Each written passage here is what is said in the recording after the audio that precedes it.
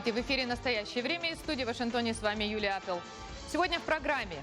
Гражданские активисты блокируют въезд грузовых автомобилей из Украины в Крым. В России первый за несколько месяцев митинг оппозиции не набрал ожидаемого количества участников. Ответственность за прошлое – условия создания демократического общества, считает основатель Human Rights Watch. Начинаем мы с новостей из Праги. Сергей, вам слово. Спасибо, Юлия. События дня в настоящем времени из Праги. Я Сергей Дорофеев. Здравствуйте. Крым отрезан от материковой Украины. На украинских пунктах пропуска Каланчак и Чонгар огромные очереди из сотен грузовых автомобилей. Крымские татары и активисты проводят бессрочную акцию по продовольственной блокаде полуострова. Пешеходов и легковой транспорт через границу пропускают, грузовики задерживают. Меджлис, отмечу, никогда не признавал присоединение полуострова к России и всегда использовал термин «аннексия». Крымские татары, говорят, не понимают, почему Киев разрешает свободно торговать с полуостровом, в то время как Евросоюз и США ввели санкции и бизнес там запретили. От России требуют прекратить давление на татар и граждан Украины на полуострове, от самой Украины не торговать с, цитата, «оккупированной территории». Подробнее Ирина Ромалийская. Ежедневно сотни фур везут из материковой Украины в оккупированный Крым продукты, бытовую химию, стройматериалы. Абсолютно законно торговать с полуостровом Киев не запрещает. Крымские татары решили, хватит. К ним присоединились бойцы батальонов «Правый сектор», «Айдар», самооборона из различных городов, общественные организации. Мы не хотим, чтобы нашими товарами укреплялась оккупационная власть. В частности, военные гарнизоны, которые выставили по всему Крыму. Пусть они думают о том, как будут перебрасывать продукты питания с материковой России вместо танков. Кормить Крым прекращаем. Все. Пусть освобождают наших политзаключенных, пусть их высвобождают. Будем запускать под украинским флагом гумконвой, не вопрос. О своей акции татары объявили недели за две. Все 3 дороги, ведущие в Крым, будут заблокированы для фур. Казалось, кто ж поедет, но на 2 постах километровые вереницы машин, около 250. Водитель Александр Петров везет на полуостров комбикорм для птиц. Получил таможенную декларацию, стоит тут уже 3-й день. Кто нам заплатит деньги за то, что я сюда спалил соляру, что я здесь 3 дня простоял? Кто мне вернет моих детей, которые там находятся? А у него на полуострове остались родные, поэтому лица не показывает. Журналистам называет лишь свой фронтовой позывной – Чингисхан. Я крымс-татарин, но я считаю себя украинцем. Я 1,5 года в окопах сижу, я воюю здесь. Защищаю целостность Украины. И в это время кто-то этого сепара кормит на той стороне. Правильно. У кого-то сдают нервы. Этот водитель перекрыл 2-ю полосу движения. Мол, вы нас не впускаете, а мы вас не выпустим. Я узнаю, где ты живешь. Ты понял меня? Ты знаешь? Ну, я вас, наоборот, поддерживаю. Знаешь, да, знаю. Сказали, да. Вот если тебе сказали, я прошу прощения. Вы, пожалуйста, не нарушайте правопорядок. Это Илья Кива, заместитель начальника Херсонского областного управления милиции. Просто верните машину в исходное положение, подойдите к оргкомитету и согласуйте свои действия. Хорошо. Выполняйте, пожалуйста. На этом протест водителей и закончился. В первую ночь добровольно уехали с границы 18 фур. Почти 200 остались стоять, ждать, когда их пропустят. Ирина Ромалийская, Иван Носов. Специально для «Настоящего времени». Херсонская область, Украина. Автомайдан в Молдове. В стране прошел автопробег протеста против коррупции. Он дополнил массовый митинг в центре Кишинева. Сергей Берец. Автоколонны собрали, по разным данным, от нескольких сотен до 1000 машин. Перед стартом сотрудники полиции проверяли водителей на алкоголь. Организаторами марша на автомобилях выступили лидеры движения «Да. Достоинство и правда». После встречи с президентом Молдавии Николаем Тимофти на прошлой неделе активисты «Да» заявили, что больше не настаивают на его отставке. Они считают, что уйти должны глава Национального банка страны, генеральный прокурор и руководители ведомств по борьбе с коррупцией. Некоторые выступают за отставку премьер-министра.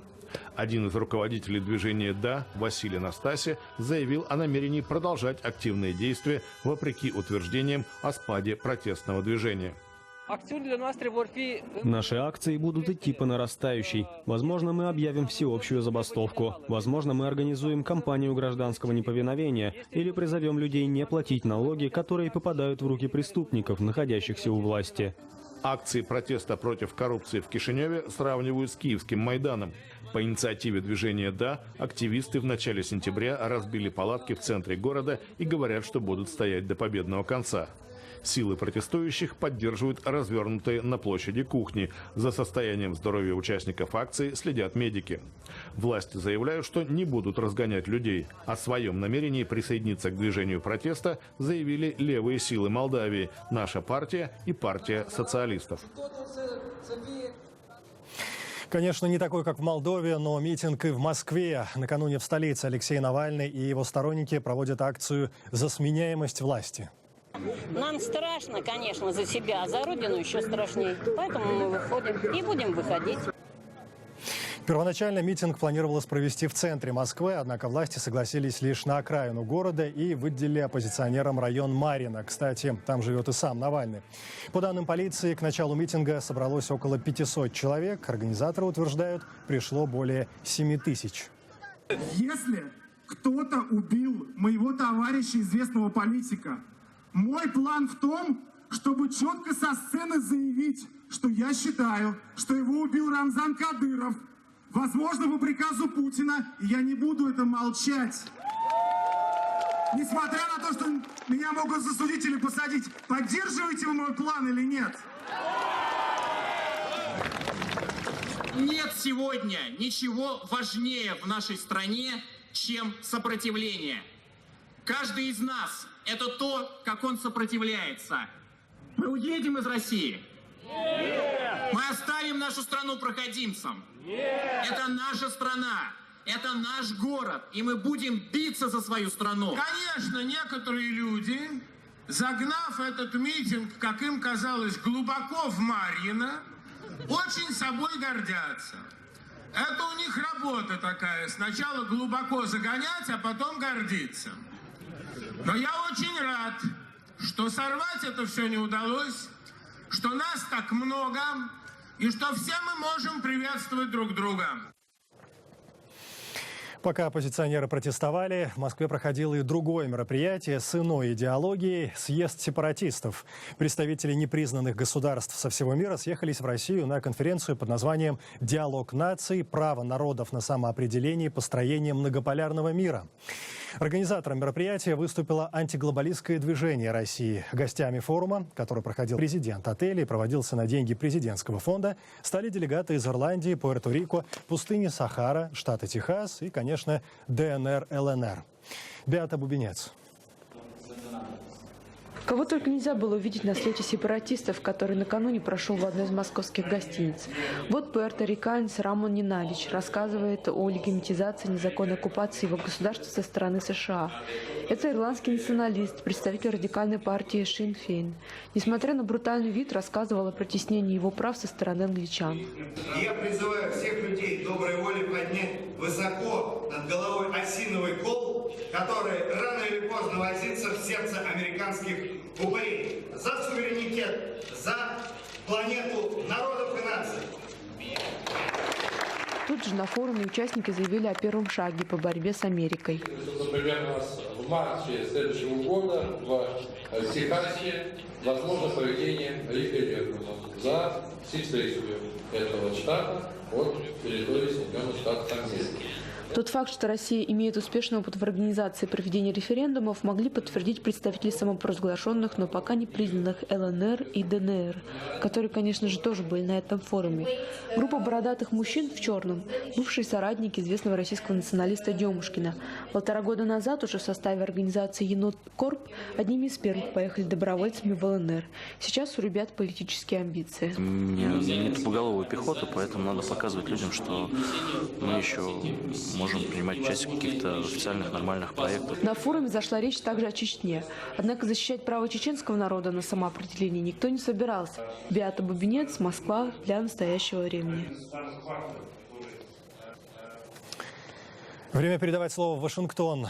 Все, что происходит в России, во многом остается неясным для экспертов по России, работающих в Соединенных Штатах. В этом уверен журналист Сергей Пархоменко. Наши коллеги взяли эксклюзивное интервью. Юлия.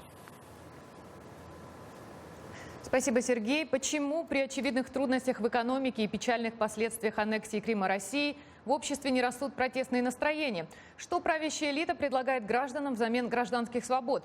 Именно об этом в Вашингтоне говорил российский журналист и издатель, автор гражданских проектов «Диссернет» и «Последний адрес» Сергей Пархоменко. Наш корреспондент Данила Гальперевич взял у Пархоменко интервью о том, каков, по его мнению, новый социальный контракт власти и общества в России. Существовал контракт под названием, ну скажем, потребление в обмен на равнодушие. Да? Мы вас кормим, мы вам даем немножко заработать, мы вам даем возможность поднимать ваши, так сказать, потребительские стандарты, ездить в отпуск в Турцию и в Испанию, покупать раз в 5 лет новую машину и один раз в жизни новую квартиру. И вы за это не вмешиваетесь. Все остальное не ваше дело. Эта штука перестала работать к 2011-2012 году, и, на мой взгляд, то, что произошло в Москве в 2011-2012 году, было просто ярким свидетельством этого. Люди захотели чего-то еще. Люди захотели, например, уважения их достоинства. И надо сказать, что российская власть довольно эффективно на это отреагировала. Можно было дожидаться, пока контракт развалится совсем, пока в него, в этот развал втянутся совсем уже много людей, и это приведет к каким-то совсем уже большим последствиям. Но они отреагировали достаточно быстро, тем более, что достаточно быстро им жизнь предоставила прекрасную возможность заменить его на другой. Безопасность в обмен на равнодушие. Мы вас защищаем, раньше было мы вас кормим, а теперь мы вас защищаем от множества угроз, которые вас окружают. Угрозы извне, угрозы изнутри, угрозы такого рода, сякого рода. А вы за это не вмешиваетесь и готовы поступиться многим, в том числе вот этими самыми потребительскими стандартами. Но главное, что вы готовы поступиться свободой, поступиться выбором, поступиться будущим и так далее. Но, что чрезвычайно важно, что для того, чтобы оказывать вот эту услугу безопасности, надо сначала создать опасность. Надо сначала убедить людей, что опасность реальна. Это знает любой охранник, который объясняет своему клиенту, что вот если я не буду тебя, так сказать, прикрывать грудью, тебя обязательно кто-нибудь застрелит. И если клиент сам в это не верит, значит, в нем это ощущение надо подогревать все больше и больше. Этим, несомненно, занято российское правительство сегодня. Есть ли, что называется, тонкая красная линия, которую российское руководство перейти в этом нагнетании опасности для своего населения не может? Я думаю, что если бы ты задал этот вопрос какому-нибудь высокому российскому чиновнику год назад, он бы тебе в качестве этой линии нарисовал много такого, что сегодня уже реализовано. Он бы, например, сказал бы, что там, скажем, невозможно использование российских военных за пределами России, не имея в виду Украину, а имея в виду, что называется, дальнее зарубежье. Точно не пошлем ни на какой Ближний Восток для того, чтобы там подогревать этот конфликт с Западом. Сегодня они там. Ну и так далее. Так что вот эта красная линия, она все время движется, она все время отодвигается. И это свойственно и человеческой психологии, и политической психологии тоже. То, что сегодня кажется недопустимым, завтра оказывается рутиной. Так что я боюсь, что никто не сможет начертить эту границу. По сообщениям российских СМИ, в Госдуму внесен законопроект о противодействии реабилитации сталинского тоталитарного режима. Автор документа, депутат от партии «Единая Россия» Константин Добрынин, предлагает приравнять к экстремистским информационные материалы, оправдывающие репрессии, которые происходили с 1921 по 1953 год. Между тем, многие эксперты на Западе отмечают, что в России происходит переосмысление роли Сталина в развитии СССР. Музей ГУЛАГа в Перми переделали в Музей Победы над фашизмом. В Тверской области открыли музей Сталина в доме, где он останавливался на одну ночь. В Пензе памятник Сталину перенесли в центр города. История – сложный процесс, она часто подвергается интерпретации. А вот как в США пытаются осознать неоднозначное американское историческое прошлое? В этом попыталась разобраться Виктория Купчинецкая. Арье Найер – легендарная личность. Почти 40 лет назад он основал организацию Human Rights Watch. Организация вскрывает нарушения в области прав человека в разных странах и рассказывает о них общественности. Сегодня Арье Найер обеспокоен тем, что в России открывают музеи Сталина и возводят ему памятники. Разные правители пытаются переписать историю, чтобы история служила их политике сегодня. Президент Путин усиливает свои позиции, апеллируя к националистическим чувствам граждан, укрепляет националистический дух в стране. Памятники и музеи Сталину – часть этого процесса. Но, с другой стороны, ведь многие нации стараются создать положительный, даже героический образ своего прошлого, в том числе и Америка. В Америке все-таки существует очень много мнений и трактовок прошлого. Эти мнения выражены в самых разных музеях и мемориалах страны. Действительно, в самых разных. Музей американских индейцев в Нью-Йорке в основном этнографический. Он рассказывает о культуре коренных народов. Уничтожение индейцев европейскими колонизаторами – не основная его тема. Однако некоторые экспонаты эту трагедию упоминают. Например, рассказ индейской женщины о том, как колонизаторы разгромили индейский лагерь. Музей финансируется из государственных и частных фондов. Совсем другое дело – старое кладбище африканских рабов. Здесь создан национальный мемориал, который финансируется из федеральной казны. Кладбище располагается в самом центре деловой части Манхэттена. Здесь покоятся останки 419 африканцев. В 18 и 19 веке их привезли на этот континент рабами. Это они своим трудом, потом и кровью создавали этот город. В 90-х годах при строительстве высотного здания были обнаружены человеческие останки. Археологические раскопки открыли древние захоронения. Находка пролила свет на роль чернокожих рабов и свободных людей в создании американского общества и на их условия жизни. Важно помнить прошлое, а мне важно знать о моем прошлом. Такое конкретное напоминание о жестокостях рабства в самом центре Манхэттена совсем не означает, что расовый вопрос в Америке разрешен и закрыт. Расовые отношения медленно, но изменятся к лучшему, я уверена. Но мне кажется, что мы, белые люди в этой стране, рождаемся с определенной установкой, и мы должны эту установку изменить, чтобы жизнь в обществе стала лучше для всех. А не проще было бы просто не смотреть в темное прошлое, а только в светлое будущее? Единственная возможность для формирования демократического общества – это когда у людей есть чувство коллективной ответственности за преступления прошлого. И только отталкиваясь от этого опыта, можно попытаться создать иное, лучшее общество. Виктория Купчинецкая, Сергей Гусев. Специально для настоящего времени из Нью-Йорка. В воскресенье начался шестидневный визит помощника генерального секретаря ООН по правам человека Ивана Шимоновича в Украину. Он посетит Киев и некоторые территории на востоке страны. Цель поездки – ознакомление с ситуацией в сфере прав человека в Украине в преддверии интерактивного диалога по этой проблеме, который состоится в Женеве 29 сентября. В Праге тем временем встречаются министры иностранных дел Польши, Чехии, Словакии и Венгрии. Главная тема – решение проблемы мигрантов. Подробности у наших коллег в Праге. Да, Юлия, эти 4 страны, отмечу, являются противниками системы обязательных квот по принятию беженцев в ЕС. Между тем, власти Хорватии сообщают, на ее территории уже почти 30 тысяч мигрантов. За минувшие выходные в Австрию прибыли более 10 тысяч незваных гостей. Мы поговорили с нашим коллегой, журналистом Абдуджалилом Абдурасуловым, который находится на австрийско-венгерской границе. Вчера мы были на контрольно-пропускном пункте австрийско-венгерской границы. Там было около 800 человек, мигрантов и беженцев. Часть из них направлялась в сторону Венгрии. Они просто пересаживались на такси и своим ходом добирались до Вены и далее в Зальцбург. Те люди, с кем мы виделись на границе с Австрией, они были в приподнятом духе, потому что их цель была уже очень близка. Они были уже почти в Австрии. Они говорят, что все они хотят поехать в Германию, в Швецию. Они говорят, что Австрия не предоставляет убежище и что Германия дает убежище всем беженцам, мигрантам из Сирии. Там были также люди из Афганистана, они также хотят попасть в Германию. Тем временем в Афганистане, в Кабуле, сотни человек ночами напролет стоят в очереди в паспортном столе. Это потенциальные беженцы. Люди хотят отправиться в длительное и опасное путешествие, как и их соотечественники, в Европу. По данным ООН, около 55 тысяч афганцев приехали в Европу в этом году. Но некоторым пришлось вернуться. В год из Европы возвращаются 1500-2000 тысячи человек. Они прошли через все возможные испытания. Они должны рассказывать людям о том, через что им предстоит пройти, особенно молодежи.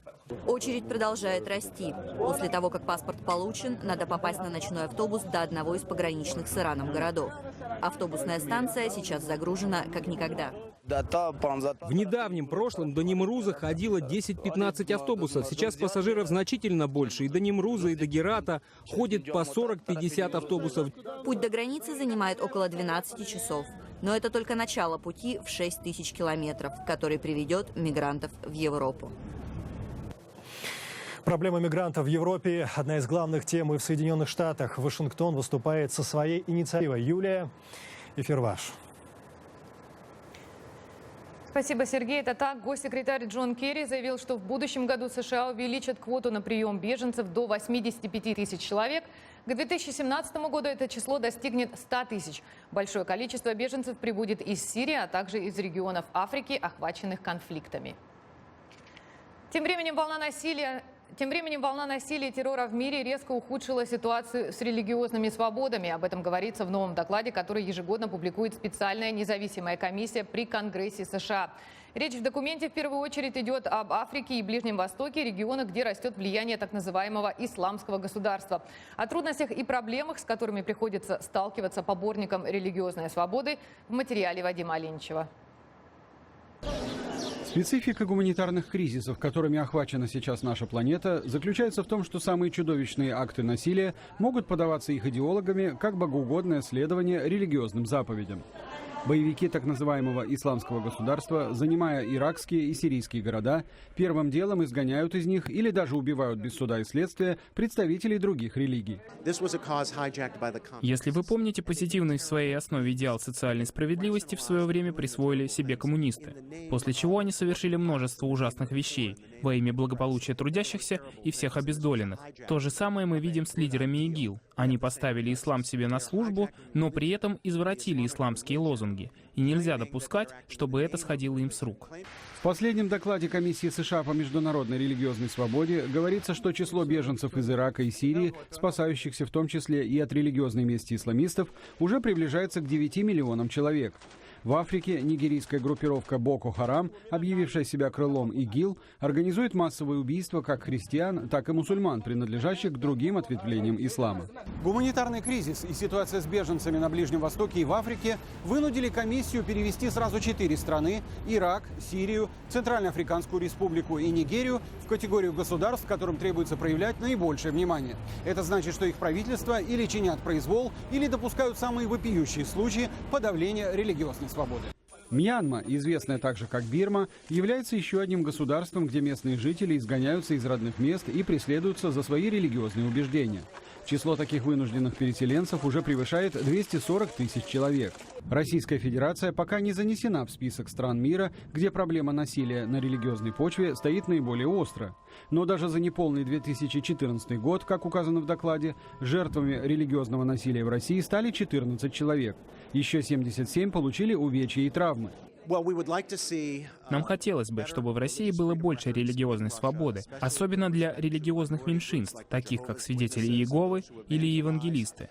Нас также огорчает тот факт, что страх перед терроризмом ведет к репрессиям против части мусульман, и эту ситуацию следовало бы исправить. Россия пока не занесена в категорию наихудших, но полной религиозной свободы в ней пока еще нет.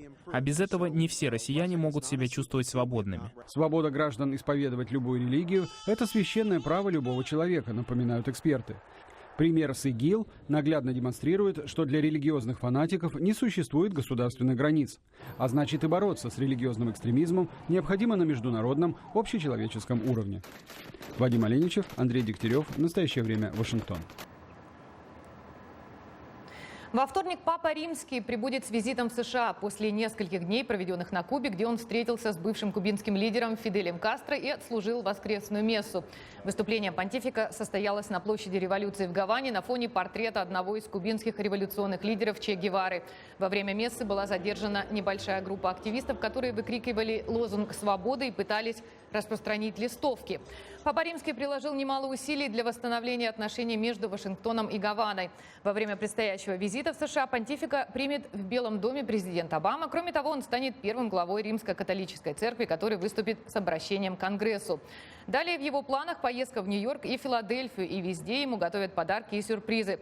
Так, в Филадельфии заключенные местной тюрьмы изготовили для него трон, а один священник – копию Ватикана из конструктора Лего, рассказывает Роман Мамонов. Священник Боб Саймон из Москвы, но не столицы России, а маленького городка в штате Пенсильвания. Он служит в церкви святой Екатерины Сиенской. И вот в его жизни появилась возможность лично увидеть главу церкви. Такой шанс бывает раз в жизни. И специально для визита понтифика Боб Саймон создал уменьшенную копию Ватикана из 500 000 деталей конструктора Лего. Причем игрушечный Ватикан воссоздан в мельчайших деталях, включая обитателей, монархов, служителей престола и даже швейцарских гвардейцев. Ну и куда же без самого папы. Как признается сам отец Саймон, строительство моделей из конструктора Лего – страсть всей его жизни. Сколько себя помню, я любил Лего и хотел стать священником, так что это было естественным – строить церковь. На создание уменьшенной копии Ватикана священнику потребовалось 9 месяцев. И велик шанс, что папа Франциск лично оценит усилия подчиненного. Игрушечный Ватикан выставлен в Институте Франклина, который понтифик посетит в рамках визита в Филадельфию. Бывшая тюрьма в одном из портовых городков Латвии стала новой исторической достопримечательностью и своеобразным парком аттракционов. Коллеги в Праге, эфир снова ваш. Так и есть, Юлия. Гостям и жителям Латвии там предлагается почувствовать себя заключенными. Одного дня таких развлечений, чтобы получить впечатление, обычно оказывается достаточно. Екатерина Бучнева подробнее. Вместо прогулок у моря – пробежки за колючей проволокой. Некоторые латыши приезжают в город Короста за необычным отдыхом. На выходные они отправляются в тюрьму. Решетки, нары и реалистично грубые надзиратели – это, говорят посетители, не просто развлечение, но и экскурс в историю. Это большое приключение. Мне приказано держать руки за спиной, но я из свободной страны и воспринимаю это как часть истории. В любом случае, это лучше, чем книги и фильмы. Это позволяет пережить более сильные эмоции и многое объясняет. Тюрьма появилась в Коросте тогда же, когда по указу Александра III здесь построили военно-морскую базу. Позже она использовалась то латвийской армией, то нацистской Германией, то советскими военными. Менялись и узники местной тюрьмы. Сегодня камеры пустуют и лишь иногда заполняются туристами, решившимися остаться здесь на ночь. Иногда посетители забывают, что приехали сюда добровольно и подписали соглашение, которому они должны следовать. Это место выталкивает их из зоны комфорта. Сегодня Короста – единственная в Европе тюрьма, открытая для посещений. Экскурсия стоит 4,5 евро. Это около 300 рублей. Вот такое необычное времяпрепровождение. Что это получилось в итоге? Шоу для туристов или возможность прочувствовать историю, причем изнутри? Об этом мы спросили у историка Кирилла Кобрина. Естественно, что сочетание айфона с заржавленными запорами как бы советской тюрьмы – это дело довольно странное. Но это постмодернистская эпоха, когда все совсем смешивается.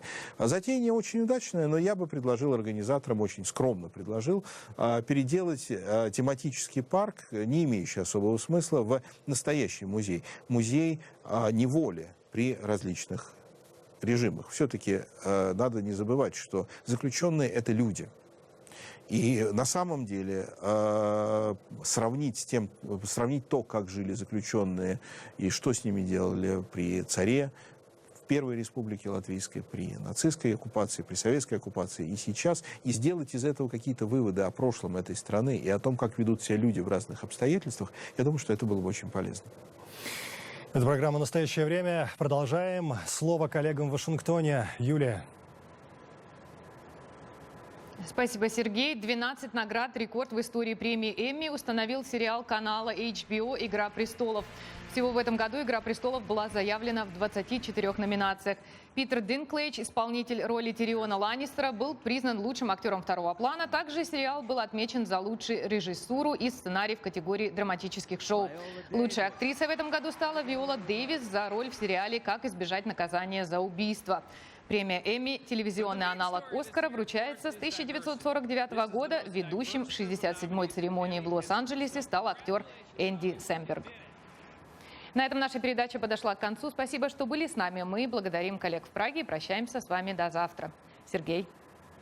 Мы же благодарим коллег в Вашингтоне. Смотрите нас в эфире своих национальных вещателей. Сергей Дорофеев. Всего доброго. До свидания.